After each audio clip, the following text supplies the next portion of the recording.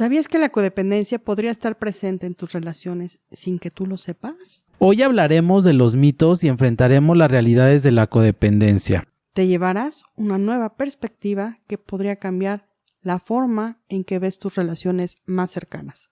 Si alguna vez has sentido que tu bienestar depende demasiado de alguien más, este episodio es para ti. Quédate y descubre cómo la independencia emocional puede ser tu mayor fortaleza. Bueno, pues el día de hoy estamos con un invitado, nuestro querido psicólogo Luis Ling. Luis, ¿cómo estás? Buenas tardes.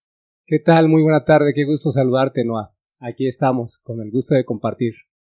Gracias por el espacio y gracias por compartir con nosotros un poco acerca de qué es la codependencia. Y antes de entrar al tema, vamos a saludar a nuestro compañero Ronnie.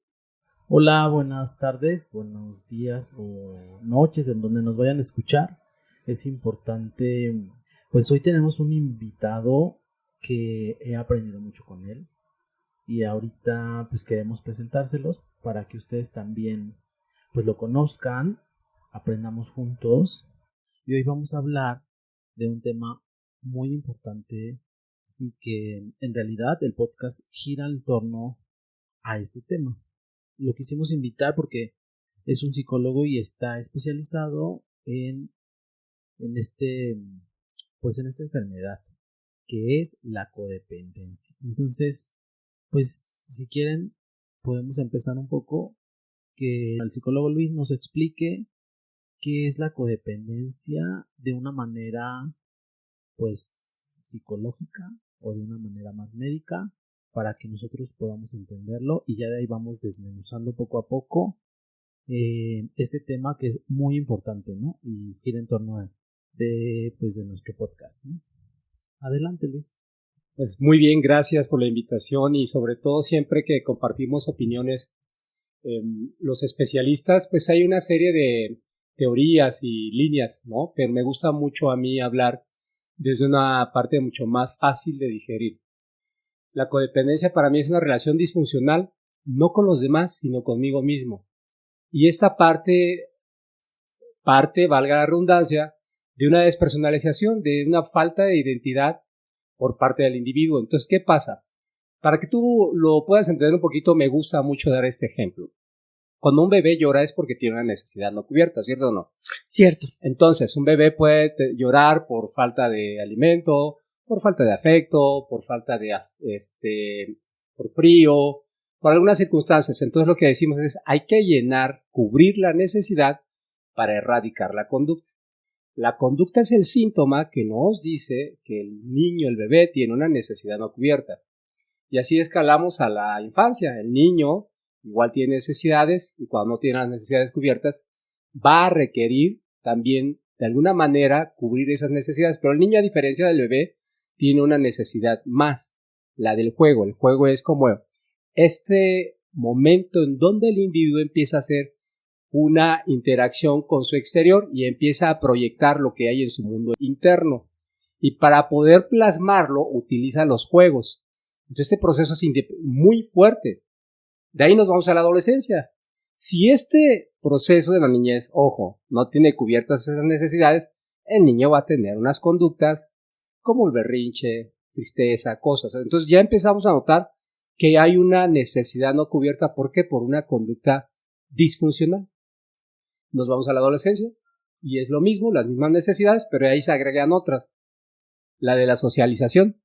La socialización es esta parte indispensable, la parte de la evolución del ser humano, donde empieza ya a tener una identidad propia y por mera evolución, por mero instinto, él va a buscar su propia manada.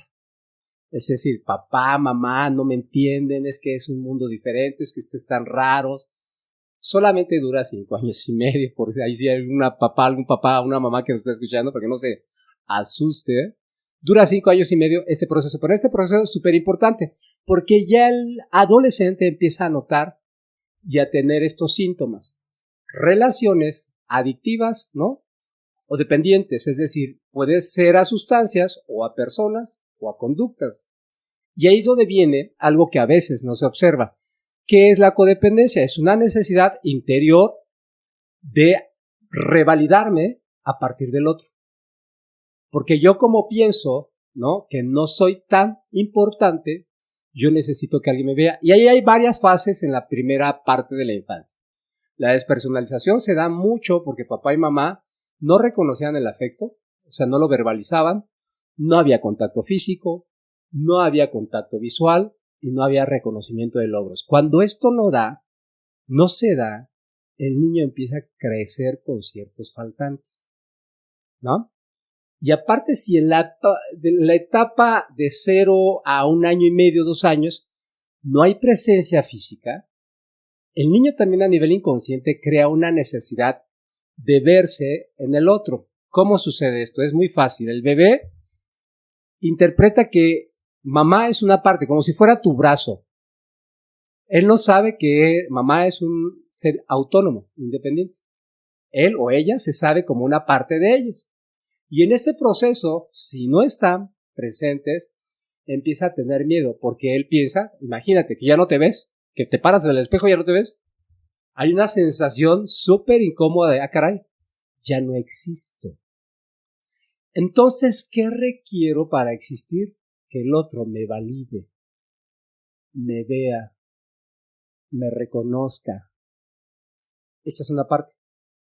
Aunado a los otros factores de las necesidades no cubiertas, pues entonces creo ahí unos apegos bien raros. ¿Por qué? Porque necesito que el otro me vea y requiero que él dependa de mí. Entonces, ¿qué voy a hacer? Cosas impresionantes para que él o ella dependan de mí. Puedo convertirme incluso en su rescatador. Y ese es un proceso muy complejo de la codependencia. Entonces es difícil de entender, pero justamente por eso es codependencia. Además, me pasó la semana pasada, valga la redundancia, estaba yo haciendo un taller justamente de tabaquismo. Este año, este 31 se celebra el Día Mundial Sin Fumar. Y entonces me preguntaba, ¿cómo saber si soy adicto? Y le decía, es muy fácil. Hay dos líneas, las más fuertes. El proceso de tolerancia es que necesito más, y el proceso de abstinencia. Cuando no lo tengo, siento que no estoy muy a gusto y hay ansiedad. Lo mismo pasa con las personas. Cuando esa personita o esa no me revalida, necesito constantemente palabras o presencia para que yo sienta bienestar. Y esta es la parte nuclear de la codependencia que me encanta explicar. Una necesidad no cubierta va a crear un síntoma, y ese síntoma es: yo necesito de ti, yo necesito que tú me digas que soy bueno, o por lo menos que tus ojos me vean. Y eso es muy profundo. Ahora, yo tengo una pregunta, o sea, ahorita que tú mencionabas esta parte, yo ahorita recordé una escena en mi casa de esto que tú me estás platicando. O sea, yo la verdad es que todo el tiempo bajaba y le preguntaba a mi papá, ¿dónde está mi mamá? O sea, como que pasaba esta parte, ¿no? Y mi papá hacía este efecto de decir, uy, no, ya se fue, no va a regresar. Entonces, mi miedo, en lugar de, pues, de ser, pues, un poco, ¿cómo se puede decir? Pues de ser como quitado, de ser como eliminado, pues crecía. Y entonces la necesidad de mi mamá y de verla todo el tiempo, pues crecía, ¿no? Y entonces, pero yo te pregunto ahora, la mayoría de las personas yo sí pienso que lo hacen, ¿no? O sea, como que no hacen algo para que ese miedo en un niño se elimine y no tenga la necesidad de ser necesitado, ¿no? Como mamá. ¿Cómo se puede combatir esa parte? Yo sí pienso que desde una manera más fácil, una mamá tiene que crear esa seguridad en este hijo, niño, bebé, para que no pase eso. Me encanta tu comentario y tiene mucha profundidad. Fíjate, yo necesito esa presencia porque no soy consciente de quién soy. Todavía no llego a una interiorización ni a crear una identidad propia. Yo voy, en este proceso se le llama de estimulación, donde yo voy moldeando y modelando las conductas de mis papás. Yo voy aprendiendo a partir de ellos. Yo me identifico primero con ellos. Incluso te decía, pienso que soy parte de su cuerpo, y cuando pasa ese proceso donde hago match en que ya no soy su cuerpo, pero empiezo a crear conductas muy similares. ¿Qué puede hacer un papá y una mamá? Pues justamente las 4 cosas que te decía. Tener presencia física constante, tener verbalización del afecto, reconocimiento de los logros y contacto visual. El niño necesita verse en los ojos de las figuras de los cuidadores o papás. Ese niño, para que sienta una identidad, es un proceso, incluso en el sistema nervioso central de él, está buscando cómo pertenecer, quién es, o sea, es un mundo creciendo. ¿Cómo le hago para que no sucedan estas conductas? Pues justamente estar, ser presentes. Pero esto es como muy cultural. No somos muy afectos a estas cosas. Hoy, gracias a las tecnologías y hoy las plataformas, ya hay mucha más información, pero todos hablamos muy bonito, pero a la hora de la ejecución en casa estamos muy lejos todavía. Hablamos mucho de lo que debemos de hacer en redes sociales, incluso ya hay como un personaje bien logrado en las redes sociales, pero en lo profundo falta el ser humano que tenga contacto profundo emocional con la gente que ama. Si me estás preguntando cómo le hacemos, desde ahí, recordando nuestra naturaleza humana.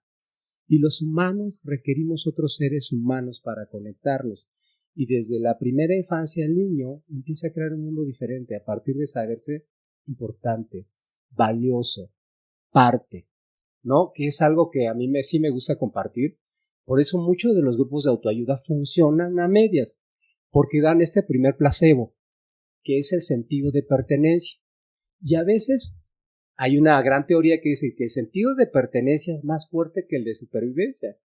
Entonces, el paciente cuando llega a un grupo dice, wow, a nivel inconsciente dice, ya pertenezco.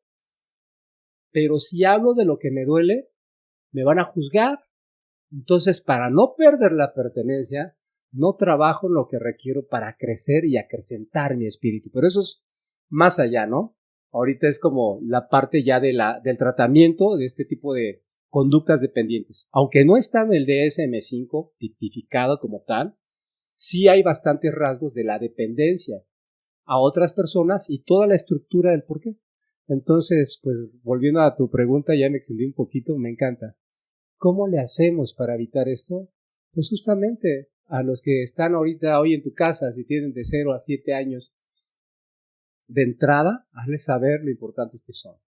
Hazles saber que tienen una identidad propia. A los adolescentes, escúchalos. Porque ellos están en una lucha constante que dura 5 años y medio, donde ellos no sienten pertenencia ya a la familia. Quieren sentirse adultos. Y en ese choque fisiológico, emocional, es importante que esté papá, que esté mamá, que esté en la sociedad, que no haya un juicio y prejuicio, porque desde ahí también se terminan rompiendo estas partes del proceso del crecimiento humano, y cuando se rompe y se interrumpe un proceso, obviamente el resultado es muy poco favorable. Y lo problemático de esto es que decimos que a lo mejor no nos afecta, pero toda conducta, todo trastorno derivado en un hogar afecta sí o sí al tejido social. Y sí nos afecta a todos. Hablando un poquito de esta parte de cuáles son las áreas en que la codependencia puede estar presente, cómo se manifiesta, buscando esta aceptación o esta aprobación, ya sea de los jefes o de alguna figura de autoridad en donde nos desenvolvamos, ¿podría decirse que la codependencia está en todas las áreas de nuestra vida?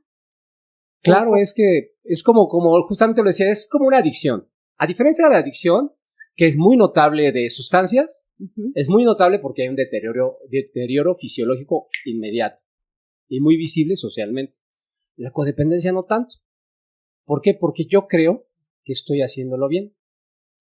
Pero sí hay una esfera donde sí se afecta. Me pasaba en un caso clínico de hace unas semanas de una chica que dice, no sé por qué no puedo cambiar de trabajo. Y ya me platicó cómo era la interacción con su jefe. Pues el jefe hacía ciertas cosas que ustedes me van a entender bastante bien. El codependiente, ¿qué espera? Si nos vamos a lo profundo de la parte bioquímica del cerebro, el cerebro busca una satisfacción a través del movimiento dopaminérgico. Es decir, necesita una recompensa. Uh-huh. ¿Qué pasa en este tipo de dependencias? Un premio me obliga a mantenerme ahí. ¿Qué es un premio? Le pasaba algo. Le maltrataba toda la semana, le decía, es que eres una tonta, yo no sé por qué te pago tanto, de veras aquí ganas mucho, bla, bla, bla. Y de repente, por ahí del viernes, oye, ahora sí hiciste bien el trabajo, te felicito. Y era una chica brillante, es una chica brillante, ¿no? Pero ella no se daba cuenta de estos pequeños reforzamientos y castigos, que justamente es lo que pasa en el codependiente. Siempre quieren esta añoranza inconsciente de agradarle al que él en su inconsciente se convierte en jerarquía la figura del cuidador, que puede ser la pareja o el jefe. Pero es inconsciente. Yo creo una dependencia y esta necesidad de agradarle. Y por eso es, ¿por qué si me pega? ¿Por qué si me grita? ¿Por qué si me violenta no me puedo ir? Porque justo te da, te quita, te da, te quita. Y eso es un proceso muy perverso a nivel mental. Y es como estar en una montaña rusa, ¿no? O sea, a momentos estoy súper bien porque tengo como mi dosis y a momentos cuando no me da mi dosis, entonces estoy en los bajos astrales, ¿no? Por llamarlo así. Algo que para mí es como importante consultarte, Luis, es acerca de la relación del narcisista. O sea, es como muy frecuente en el mundo de la codependencia o estar en algunos grupos escuchando que el narcisista, y entonces me enganché con el narcisista, pero le echan la responsabilidad hacia otra persona. Entonces, bueno, ahí yo tengo algunas situaciones que me gustaría mejor consultarte. ¿Qué opinas de esta relación entre un codependiente y un narcisista? ¿En dónde está la responsabilidad del codependiente? Si hay alguna síntomas que se puedan identificar para estar alerta y sobre todo cómo regresar a mí. Porque estoy como acostumbrada, o al menos de mi parte, durante toda mi infancia y adolescencia, es buscar responsabilizar a otro de mis acciones, porque no creo que soy suficiente para asumir las consecuencias. No sé si me puedes ayudar. Sí, me encantó tu pregunta y tiene toda la relación con el caso clínico que te acabo de compartir. Fíjate, es muy, muy bonito que lo hables y lo abras. Porque el narcisista justamente hace lo que el jefe. Le da sus premios y le da sus castigos. Pero le va aniquilando las bases de la autoestima. ¿Por qué? Porque el narcisista necesita sentirse Dios. Y para que yo sea Dios, necesito puros esclavos. Entonces necesito aniquilar tu identidad, tu personalidad, para que tú dependas. Y esto pasa mucho. Decía una maestra, me acuerdo mucho, decía, Dios los hace y sus patologías los juntan. Para que exista, ¿no? Y coexistan, pues justamente necesita el roto al descosido, ¿no? Y el codependiente lo que necesita es alguien que le hable bonito y le diga, ¡wow! ¡Qué hermosa que eres tú! Eres la más increíble. Y yo, que soy Dios, te lo estoy diciendo, ¿no? Pero en el proceso te descalifico como hacía el jefe que te acababa de mencionar. ¿Por qué te desacredito? Para que tú nunca tengas la posibilidad conscientemente de abandonarme. ¿Por qué? Porque sé que tú me haces sentir Dios. Y si tú te vas, ¿quién me va a decir lo valioso que soy? ¿Me explico? Y es muy perverso porque el narcisista entre que se endiosa a sí mismo, a los demás los hace papilla. Pero les da esta pequeña recompensa que no los termina por alejarlos. Y el codependiente dice, pues es que ¿sabes qué? Es la única persona que me ha dicho cosas tan hermosas y él que es Dios, no lo voy a dejar ir. ¿Sabes? Es muy profundo y muy perversa. Pero ni siquiera, esto sí lo digo con todo el sentido del profesionalismo que me caracteriza, ni siquiera lo hacen conscientemente, porque cuando hay conciencia, no buscas dañar, a menos que seas de verdad un sociópata o un psicópata. Es inconsciente. Pero ¿qué buscamos a través de estos programas? Crear conciencia en el auditorio de cómo es una enfermedad. En estas relaciones de pareja me gusta mucho para revisar si hay sanidad. En una relación de pareja deben de haber 3 puntos, dicho en una de las grandes corrientes de las líneas de relaciones de pareja. La primera, pasión, que incluye la sexualidad. La segunda, intimidad, que incluye intimar, confianza, comunicación. Y la tercera, que es la básica, es el compromiso. Entonces, pasión, intimidad y compromiso es un triángulo. Si están los 3, se puede hablar de una relación de amor. Si nada más hay 2, es enamoramiento. Es un proceso solamente químico que va a terminar en un lapso máximo de 3 años. Si no hay, y ya pasaron más de estos años, hay codependencia. Eso es fácil de ubicar. ¿Por qué? Porque me siento digno, porque me siento honrado, porque él o ella me dice, me hace saber que quiere a largo plazo permanecer conmigo, porque me dice cosas, porque aprecia, porque me reconoce, porque me verbaliza, porque tiene tiempo para mí, porque me observa, porque me toca. Todo eso está. Si no está, entonces cuando hay un faltante de esta triada, se dice que solamente es un enamoramiento. Y es una relación totalmente disfuncional. Y muchas de las relaciones, si no es que por ahí del 40-60% de pareja actualmente, funcionan sin estas 3. Funcionan con 1 o 2, ¿no? Y no sabemos por qué de repente hay tanta infidelidad. Pues justamente porque no siento plenitud. Y no es justificarla, pero yo debo saber qué busco en una pareja, por qué decidí y elegí estar contigo. ¿Qué me une a ti? ¿Qué me inspiras? ¿Y qué me hace sentir tú? Que siento comodidad y ganas, inspiración de estar a tu lado. Eso es una pareja funcional.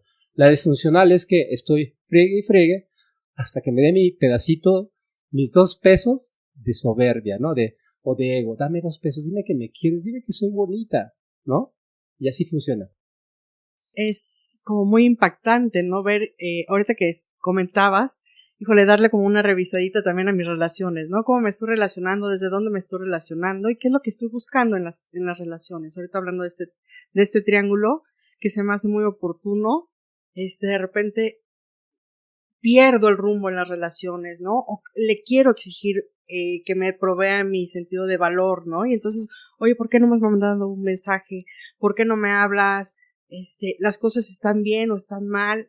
Muchas veces me relacionaba con un punto de inseguridad, porque es justamente lo que mencionabas, ¿no? Al principio buscaba que mi pareja me diera ese sentido de validez, de valía, y cuando no lo tenía, bueno, pues buscaba la manera en cómo obtenerlo, ya sea con mi pareja o en otros lados, ¿no? Entonces, ahorita mencionaste la infidelidad, ¿no? Y de ahí entran los celos, la celotipia, y empieza como a perseguir a la pareja una parte y la otra parte a esconderse o se vuelve un ciclo, no sé si de adicción y de evasión en las relaciones de pareja, ¿no? Lo maneja esta sinergia, Pia Mellody, en la adicción al amor, ¿no? Entonces, híjole, qué importante es no perder de vista quiénes somos, desde dónde nos estamos relacionando. Y me gustaría preguntarte, Luis, características del alma. ¿Cómo saber que estoy en una relación codependiente? Signos. Sí, signos, ¿no? Pues es muy fácil. Tu cuerpo es el lugar más mágico que existe en el universo. Cuando yo te pregunto de tu relación, ¿tu cuerpo qué te dice? Cuando yo te pregunto cómo es tu relación, ¿tu cuerpo qué te dice? ¿Te lo van a decir tus manos? ¿Tu ritmo cardíaco? ¿No? Te lo va a decir tu pensamiento, ¿cuál es el primero? Y esto es, a mí me encanta preguntar. Cuando tú piensas en tu relación, ¿piensas en inspiración o tienes miedo a que te abandonen? Esta respuesta es la mayor información para saber si estás en una relación sana. Los síntomas son muy subjetivos, ¿no? Como bien te decía en la semana, alguien me preguntó cómo es una adicción. Es muy fácil. ver qué tanto tiempo puede estar sin eso, sin él o sin aquello. Que me refiero a sustancias, personas y conductas. Y no es tanto de perderla, es que las relaciones sanas deben tener autonomía, ser interdependientes. Y la dependencia es que no comí porque tú no comiste. Y esto es muy disfuncional, porque entonces me mato yo y después te mato porque tú digo, es que yo no comí porque tú no comiste. ¿Y quién demonios te dijo que no comieras? Si yo tenía hambre, come, ¿no? O si tienes hambre, come. Y la interdependencia es lo más sano, porque yo despliego mi esencia, despliego mi ser, y esa esencia hace que el otro, de alguna manera, yo le modele una inspiración a ser y estar, y crear una autenticidad profunda, porque la autenticidad te la da el saber quién eres y cuál es el sentido propio de tu vida. ¿Qué estás buscando en una relación? Me acuerdo mucho en una conferencia de Tony Robbins que decía, cuando haces algo, debes de saber cuál es la intención en tu corazón. Revisa profundamente por qué quieres hacerlo. Y cuando tú te vas a ir, cuando te das permiso de escuchar tus silencios como estas notas que si estuvieran pegadas sin silencios, no habría melodía. Estos silencios tuyos son los que te dan la probabilidad de escucharte si estás en sintonía o estás en caos, para saber cuál es la intención de tener una relación de pareja, cuál es la intención de hacer lo que estás haciendo en todos los rubros. No nada más estamos hablando de las relaciones de parejas, hablamos de relaciones humanas. Al final del camino se pueden hablar más de las relaciones de pareja, pero el codependiente es con la pareja, con los hijos, ¿no? Ese es el tema. Y ser sanos implica ser funcionales y poder permitir que el otro sea quien es y no castrarlo emocionalmente, obligarlo a ser como yo quiero, porque eso no es sano, porque entonces dice una máxima, yo no puedo convertir a un ser humano en objeto, porque si lo convierto en objeto, le quito la capacidad de amar, porque los objetos no aman. Wow, qué padre. En esta parte de una característica de la codependencia que es la cosificación, ¿no? Vuelvo cosa a la otra persona. Entonces, qué interesante está esta parte de si lo vuelvo cosa, pierde la capacidad de amar. Ronnie, ¿quieres compartirnos algo? Ay, pues no sé, yo después ya de todo lo que nos ha dicho aquí nuestro psicólogo Luis, pues me quedan muchas dudas. O sea, por ejemplo, ahorita que hablaba de esta parte de ser de ver a la otra persona como solo un individuo. Y en un principio hablaba de esta parte en la que decía que cuando tú eres niño o eres bebé empiezas a verte que eres como parte de la otra persona. Entonces, ahorita yo un poco concluyendo, entonces nosotros nos quedamos en esta etapa cuando somos codependientes que pensamos que la otra persona también es parte de nosotros. A ver si nos puede aclarar. Sí, justamente, es una conducta infantiloide, porque dependo.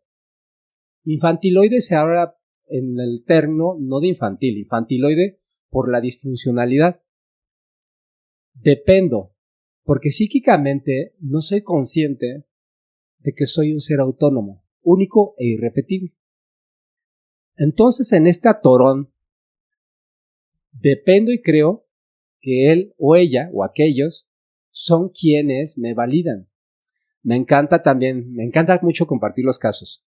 Un chico que llegó y estaba hablando, 17 años, de por qué tenía que ser el mejor. Y en algún momento de la terapia le decía, ¿y quién te dijo que tú tenías que ser el mejor? Platícame. Y se quedó en un silencio profundo. Dice, nadie. ¿Y en qué momento pasó? Y haciendo un trabajo, se encontró una historia donde él de niño iba a un concurso de matemáticas y otro niño le dice, imagínate que nos descalificaron aquí en la primera ronda, jajaja. Él estaban entre 10, 11 años, 12 años, estaba en este proceso de individuación donde niño se convierte en adulto, ¿no? Psíquicamente él, según, ¿no? Entonces él que necesitaba tener pertenencia. Y el otro que representa su nuevo mundo socialmente, le dice, tú te puedes equivocar y si te equivocas, te vamos a correr de la tribu casi, ¿no?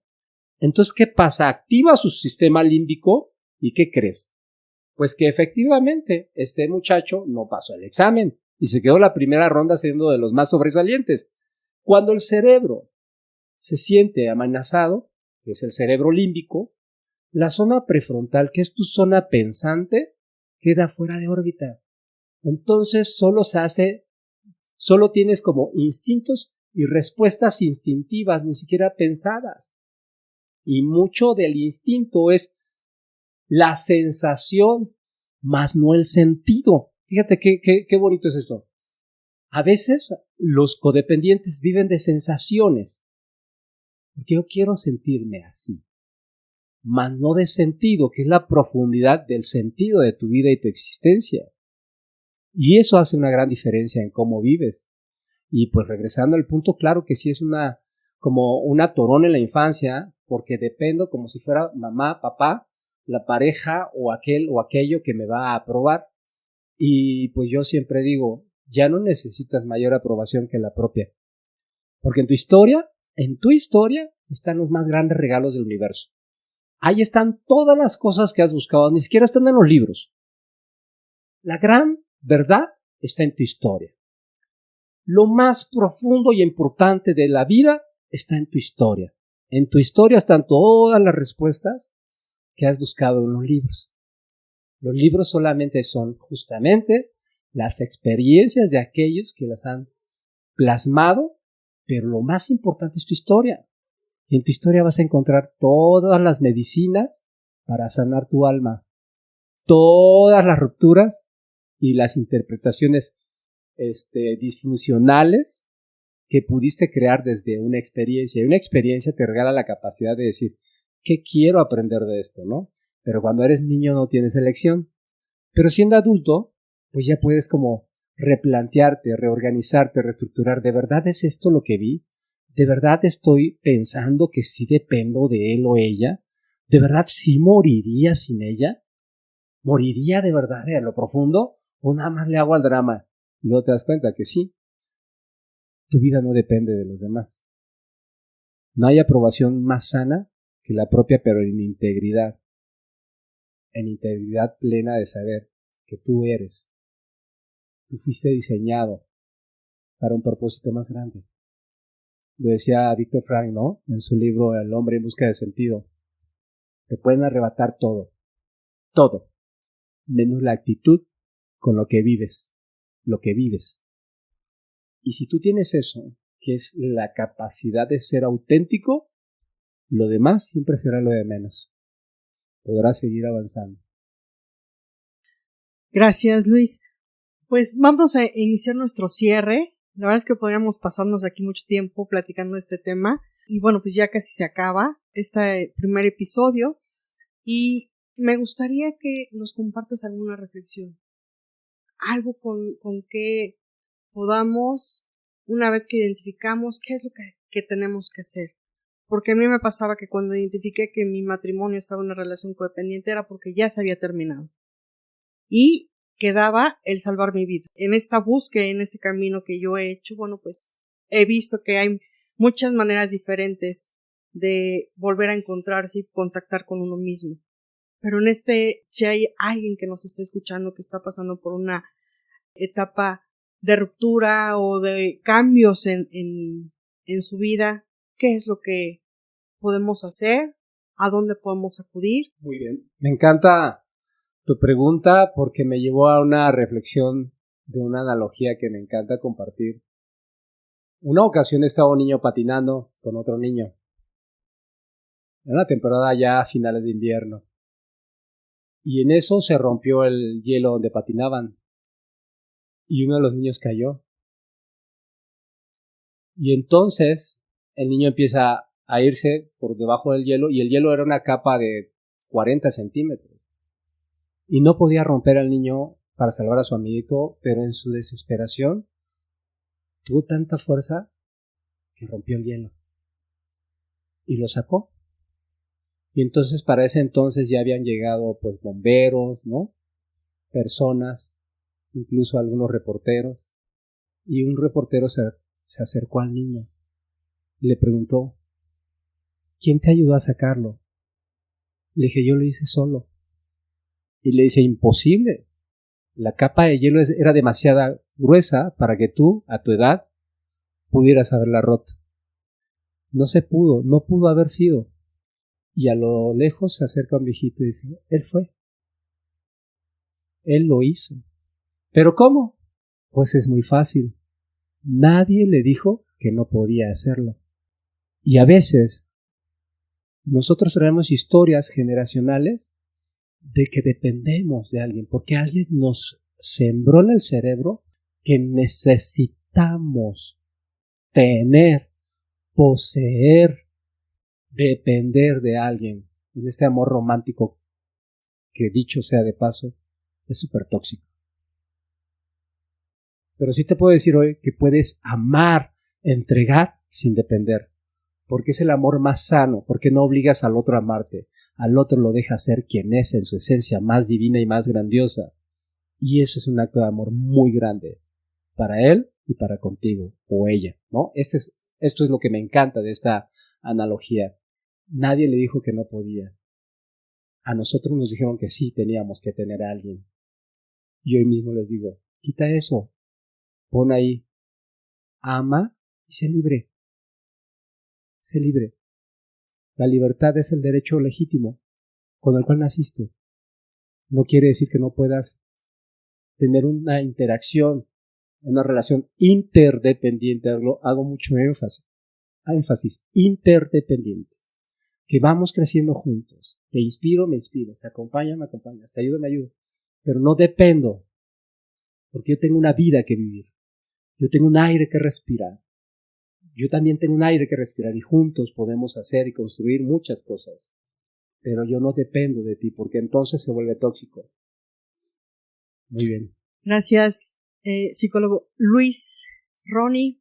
Ay, pues no sé, yo me podría quedar pensando todos los 5 podcasts más que me faltan.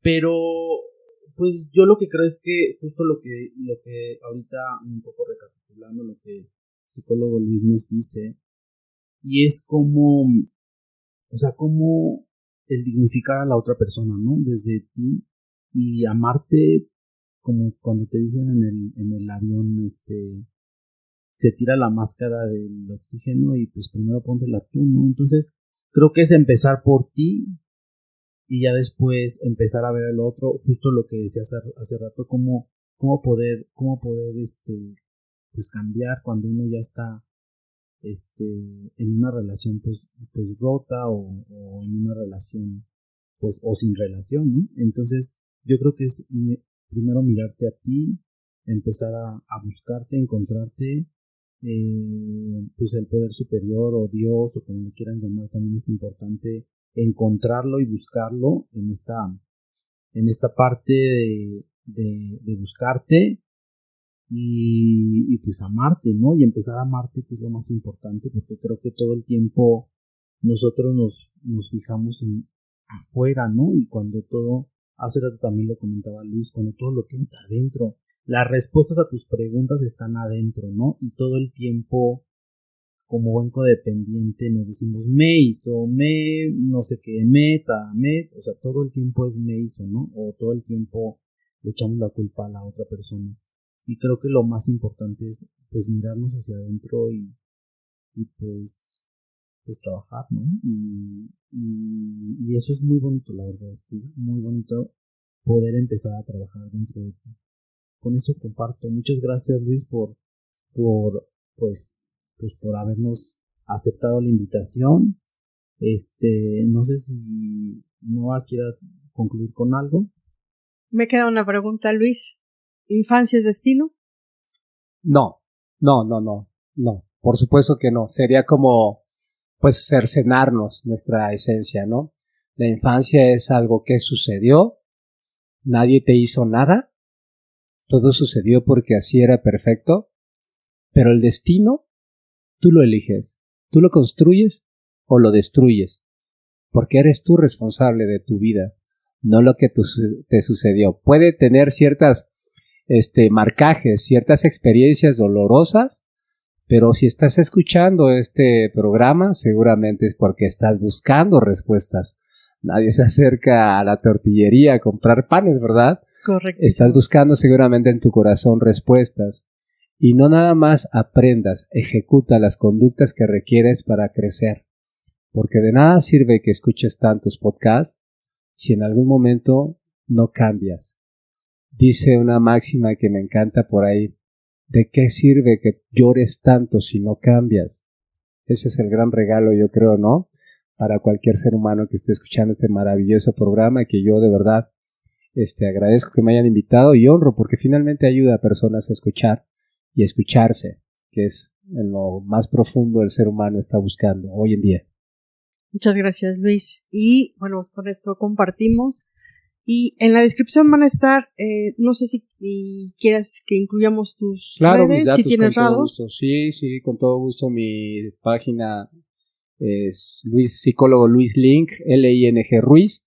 Mi teléfono es 5550-7243-89. Padrísimo, Luis. Muchas gracias. Y bueno, pues hasta el siguiente capítulo. Felicidades. Gracias. Gracias. Hasta luego.